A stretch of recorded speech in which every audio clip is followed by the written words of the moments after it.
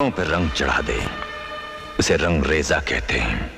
नमस्कार दोस्तों, film industry में ऐसे कई अभिनेता हैं जिन्होंने नायक के बजाय विलेन के किरदार में अपनी अदायगी से स्टारडम पाया और उन महान खलनायकों में से एक नाम है डैनी डेंजोंगपा। उनका खौफनाक अंदाज और दमदार अभिनय ने उन्हें रातों रात सुपरस्टार बना दिया। लेकिन क्या आप जानते हैं कि डैनी जी की शुरुआत नकारात्मक भूमिकाओं से नहीं बल्कि सकारात्मक किरदारों से हुई थी। जी हाँ, उन्होंने कई फिल्मों में हीरो की भूमिका भी अदा की थी। और बात करें उनके अभिनय कैरियर की तो साल 1971 में जरूरत फिल्म से उन्होंने कदम रखा था और अब तक 190 से ज्यादा फिल्मों में अपनी अदायगी का जलवा दिखा चुके हैं। लेकिन यही नहीं, डैनी जी एक शानदार गायक भी थे। वे हिंदी और नेपाली फिल्मों में गाने गाते थे। आपने उनकी बहुत सी फिल्मों में एक्टिंग देखी होगी, लेकिन आज हम आपको उनका वो दुर्लभ गीत सुनवाने वाले हैं जो उन्होंने अपने शुरुआती दिनों में गाया था। तो चैनल को सब्सक्राइब करना न भूलें, बेल आइकन दबाएं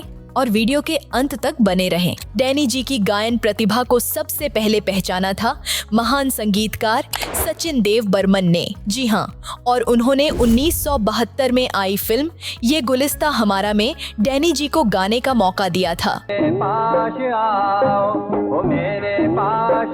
इस फिल्म को आत्माराम ने निर्मित और निर्देशित किया था और इसमें देव आनंद, शर्मिला टैगोर, प्राण, सुजीत कुमार, जॉनी वॉकर और जयश्री टी जैसे दिग्गज कलाकार थे। फिल्म में कुल 6 गाने थे जिन्हें लिखा था आनंद बख्शी ने और संगीत दिया था सचिन देव बर्मन ने। लेकिन खास बात यह है कि डैनी जी ने लता मंगेशकर जी के साथ मिलकर एक गाना गाया था और यही गाना था जिसे डैनी जी और जयश्री टी पर फिल्माया जाना था। यह गाना थोड़ा हास्यात्मक था और खास बात यह कि इसे पूर्वी भारत के अंदाज में गाना था। और क्या आप जानते हैं, डैनी जी का ताल्लुक सिक्किम से है जो पूर्वी भारत का हिस्सा है। तो सचिन दा ने सोचा क्यों ना यह गाना डैनी जी से ही गवाया जाए और यही हुआ। डैनी जी की गायकी और पूर्वी भारत के लहजे ने उस गाने को एक अलग ही रंग दे दिया। सचिन दा ने डैनी जी की गायन प्रतिभा को पहले ही पहचान लिया था और फिर डैनी जी ने लता मंगेशकर जी के साथ मिलकर गाना गाया। क्या गायकी थी, सच में यह गीत कमाल का था।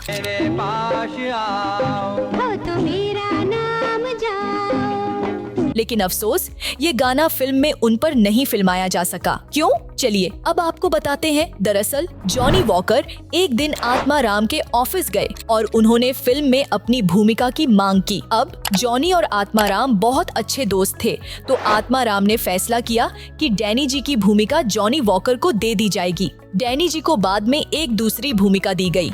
लेकिन जैसे ही डैनी जी को अपनी नई भूमिका की शूटिंग शुरू करनी थी, उन्हें बताया गया कि सुजीत कुमार को उनकी जगह ले लिया गया है। आप सोचिए डैनी जी कितने निराश हुए होंगे। हालांकि डैनी जी ने समझदारी से इसे लिया क्योंकि वे जानते थे कि नए कलाकार के साथ अक्सर ऐसा होता है। फिल्मी दुनिया में कोई कब कहां क्या हो जाए किसी को पता नहीं, लेकिन डैनी जी का जज्बा और प्रोफेशनलिज्म तो हमेशा ही काबिले तारीफ रहा है। फिर क्या हुआ, डैनी जी और लता जी का वो गीत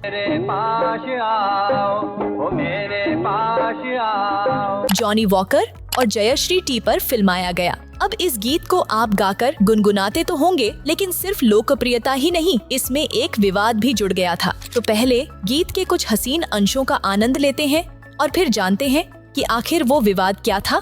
सच बताएं, डैनी जी और लता जी ने साथ मिलकर इस गीत को इतनी खूबसूरती से गाया कि कोई भी सुनकर झूम उठे और यकीन मानिए ये गीत वाकई में काफी लोकप्रिय हुआ।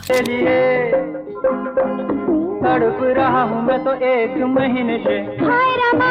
लेकिन इसके साथ ही एक हंगामा भी मच गया था। लेकिन गीत के साथ एक विवाद भी जुड़ गया था। दरअसल इस फिल्म में चीन के सीमा के पास रहने वाले एक आदिवासी समुदाय को दिखाया गया था। अब गीत के बोल में जो आओ शब्द था, उस पर नागालैंड के कुछ लोगों ने आपत्ति जताई थी क्योंकि वहाँ आओ शब्द को नागा समुदाय के लिए विशेष रूप से आपत्तिजनक माना जाता है। आखिरकार इतने विवादों के बावजूद इस गीत को काफी पसंद किया गया।